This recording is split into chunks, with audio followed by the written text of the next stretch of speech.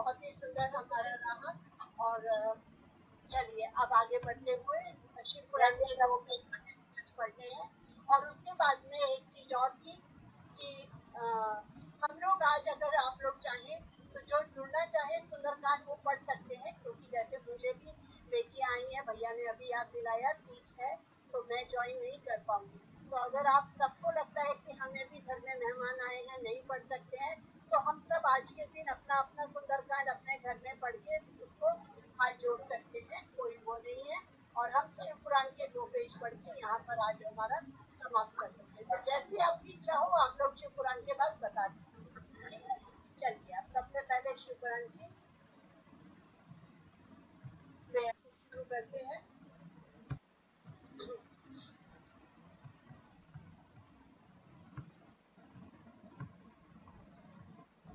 दीदी प्रेयर आप पढ़िए ना, मैंने पेज निकाल के रखी। ओम श्री गणेशाय नमः।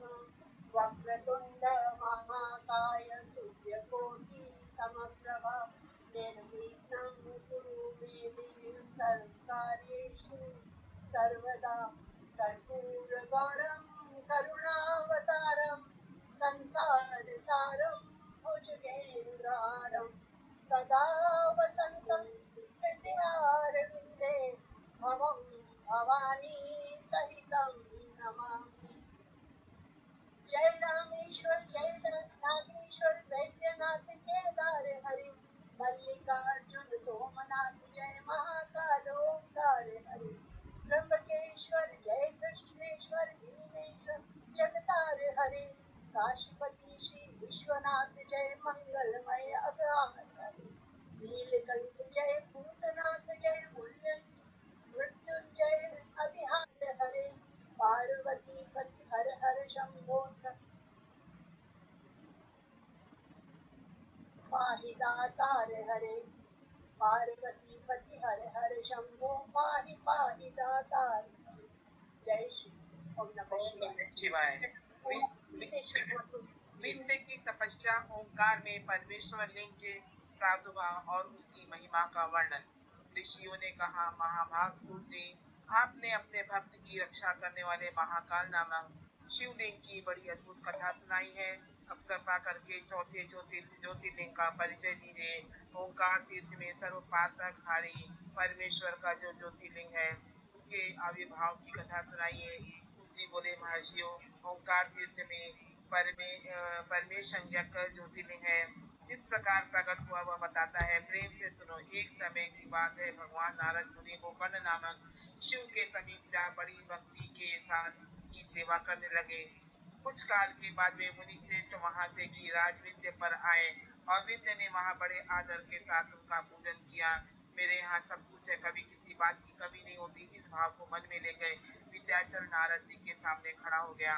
उसकी वह अभिमान भरी बात सुनकर अहंकार नासक नारद मुनि लंबी सांस खींचकर चुपचाप खड़े रह गए। यह देख विंध्य पर्वत ने पूछा, आपने मेरे यहाँ कौन सी कमी देखी है? आपके इस तरह लंबी सांस खींचने का क्या कारण है? ओम नमः शिवाय।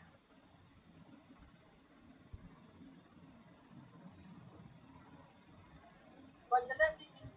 हाँ जी, ओम नमः शिवाय। नारद जी कहा, शक्ति है क्या? तो आप पढ़ लीजिए, वंदना दीदी पढ़ लीजिए। ओम नमः शिवाय। नारद जी ने कहा, भैया तुम्हारे यहाँ सब कुछ है, फिर भी मेरू पर्वत तुमसे बहुत ऊंचा है। उसके शिखर का विभाग देवताओं के लोकों में भी पहुंचा हुआ है, किंतु तुम्हारे शिखर का भाग वहाँ कभी नहीं पहुँच सका है। सूत जी कहते हैं, ऐसा कहकर नारद जी वहाँ से जिस तरह आए थे उसी तरह चल दिए, परंतु विंध्य पर्वत मेरे जीवन आदि को धिक्कार है, ऐसा सोचता हुआ मन ही मन संतप्त हो उठा। अच्छा, अब मैं विश्वनाथ भगवान का शंभु की आराधना पूर्वक तपस्या करूंगा, ऐसा हार्दिक निश्चय करके वह भगवान शंकर की शरण में गया।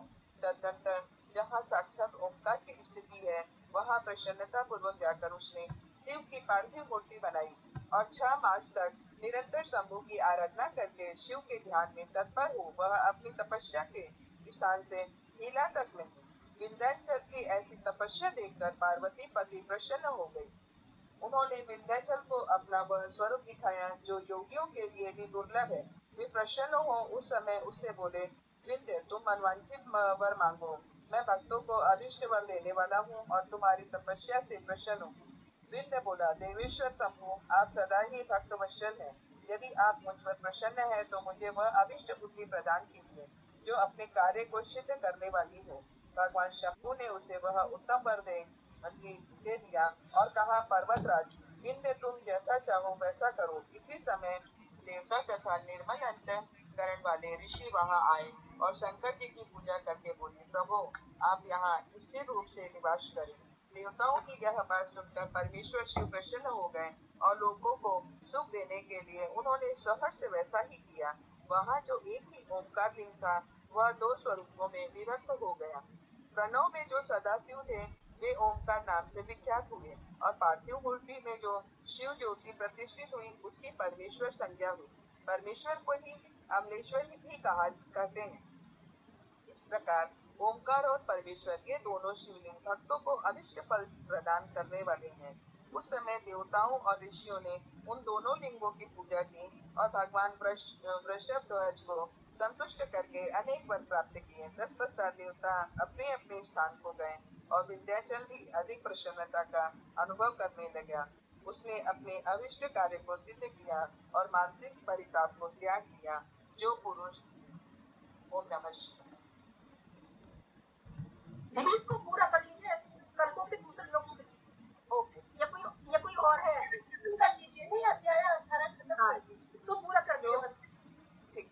जो पुरुष इस प्रकार भगवान शंकर का पूजन करता है वह माता के गर्भ में फिर नहीं आता और अपने अभिष्ट फल को प्राप्त कर लेता है। इसमें संशय नहीं। सूची कहते हैं, महर्षियों, ओंकार में जो ज्योतिर्लिंग प्रकट हुआ और उसकी आराधना से जो फल मिलता है वह सब यहाँ तुम्हें बता दिया।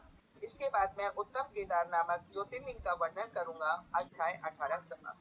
राधे राधे। ओम नमः शिवाय। बहुत सुंदर। इसे समापन ले लीजिए ना। बहुत अच्छे से सब कुछ हो गया। चलिए, अब आप लोग सुंदरकांड अगर शुरू करना चाहते हैं तो ठीक 11 बजे तक हमारा अपना हो भी गया।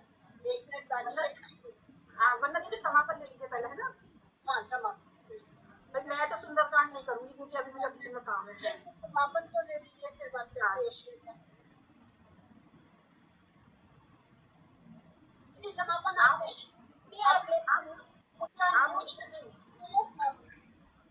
आपका म्यूट है दीदी, वरना दीदी म्यूट है। ओम नमः शिवाय, ओम नमः शिवाय, हर हर भोले नमः शिवाय। ओम नमः शिवाय, ओम नमः शिवाय, हर हर भोले नमः शिवाय। गंगाधराय शिव गंगाधराय, हर हर भोले नमः शिवाय।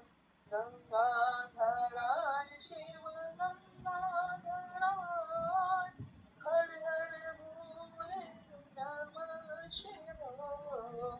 नमः शिवाय, ओम नमः शिवाय, हर हर भोले नमः शिवाय। भोले शंकर भगवान की जय।